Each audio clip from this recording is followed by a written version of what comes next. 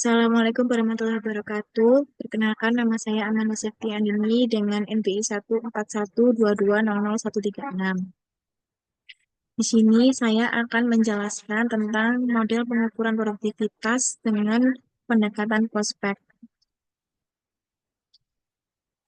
Di sini ada data keuangan dalam tiga aspek, yaitu aspek produksi, organisasi, dan penjualan dalam 16 bulan. Lalu selanjutnya ada tiga aspek lanjutan, yaitu produksi, tenaga kerja, dan modal dengan 16 bulan juga.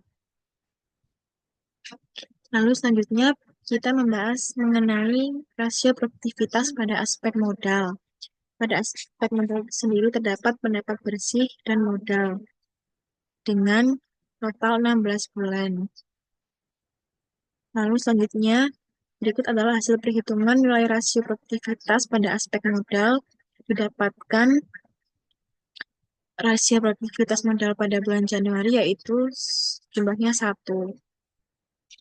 Selanjutnya, dari hasil tersebut kita dapat membuat grafik rasio produktivitas aspek modal yang didapatkan nilai maksimalnya adalah 1,21 yaitu pada bulan Juni, dan nilai minimal atau terkecilnya adalah 0,75 pada bulan Desember. Lalu nilai rata-ratanya atau nilai tengahnya adalah 0,91. Berikut adalah hasil perhitungan nilai indeks produktivitas atau IP modal dalam 16 bulan, yaitu dari bulan Januari hingga kembali ke bulan April. Indeks produktivitas ini dapat dihitung dengan rumus rasio produktivitas modal eh, itu 1. Dapat kita temukan periode dasarnya. Jadi untuk menghitungnya kita dapat menggunakan perhitungan rasio dibagi dengan periode dasar dan dikalikan dengan 100%. Selanjutnya, kita membuat grafik indeks produktivitas dalam aspek modal dari hasil yang sudah kita hitung tadi. Di bulan Januari kita mendapatkan 100, dan nilai maksimalnya 120, yaitu pada bulan Juni. Nilai minimal atau terkecilnya pada kita dapatkan 75 pada bulan Desember, dan nilai tengahnya kita dapatkan 90. Selanjutnya, kita dapat melihat rasio dan IP produktivitas seluruh aspek. Setiap aspek kita total dari 16 bulan. Pada aspek modal sendiri, totalnya adalah 15,14 dan rata-rata dapat dihitung dengan total dibagi dengan jumlah bulan yaitu 16. Jadi 15,14 dibagi dengan 16 adalah 0,95. Selanjutnya dari hasil tersebut, dari 6 aspek tersebut, kita bisa membuat grafik rata-ratanya dalam rasio produktivitas. Nilai tertingginya ada pada aspek penjualan yaitu 7,79, dan nilai terendahnya ada pada aspek produksi yaitu dengan nilai 1,31. Lalu untuk mediannya 3,47. Selanjutnya, berikut adalah indeks produktivitas keseluruhan aspek atau 6 aspek tadi. Sama dengan sebelumnya, kita harus menotalkan seluruh aspek satu-satu dengan total 16 bulan. Lalu rata-rata pada di IP keseluruhan ini, contohnya di modal, totalnya adalah 1.342,48. Lalu rata-rata dapat kita hitung dengan total dibagi dengan jumlah bulan, yaitu 1.342,48 dibagi dengan 16, hasilnya adalah 95,89.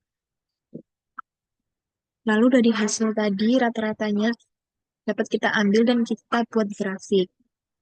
Dengan nilai maksimal ada pada aspek penjualan, yaitu dengan total rata-rata 116,17. Lalu nilai terendahnya ada pada aspek tenaga kerja dengan rata-rata 50,49 dan mediannya 103,46. Lalu di sini kita akan membahas tentang peningkatan perbaikan rasio produktivitas. Pada rasio produktivitas, nilai minimal yang paling rendah adalah aspek produk. Dengan kriteria produksi, output atau direct labor, kita melakukan tindakan perbaikan dengan optimalisasi jadwal produksi, yaitu menyesuaikan kapasitas produksi dengan permintaan pasar untuk efisiensi tenaga kerja. Yang kedua, otomatisasi lini produksi dengan mengurangi biaya tenaga kerja langsung melalui penggunaan mesin otomatis. Yang ketiga, pelatihan tenaga kerja terampil, yaitu meningkatkan produktivitas output per jam kerja dengan skill yang sesuai. Yang keempat, sistem kerja berbasis target, yaitu meningkatkan motivasi dan kinerja karyawan melalui sistem penghargaan. Dan terakhir, ada evaluasi mesin dan peralatan, yaitu menghindari waktu henti produksi karena peralatan yang tidak efisien. Selanjutnya, peningkatan perbaikan pada IP produktivitas. Nilai terendahnya ada pada aspek organisasi, dengan kriteria tindakan output administrasi atau jumlah SDM administratif. Tindakan perbaikannya ada 5. Yang pertama, standarisasi prosedur operasional, yaitu membuat SOP yang seragam untuk memastikan proses administrasi berjalan efisien dan konsisten.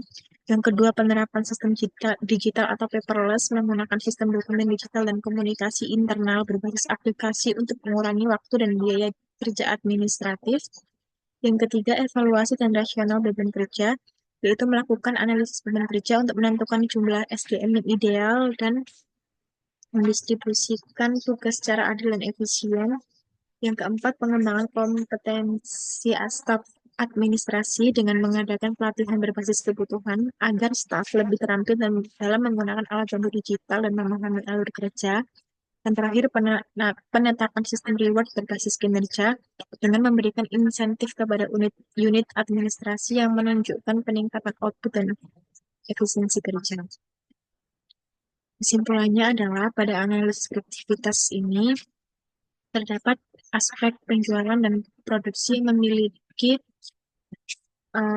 kinerja terbaik dalam masing-masing rasio dan indeks produktivitas, yaitu mereka adalah aspek yang tertinggi.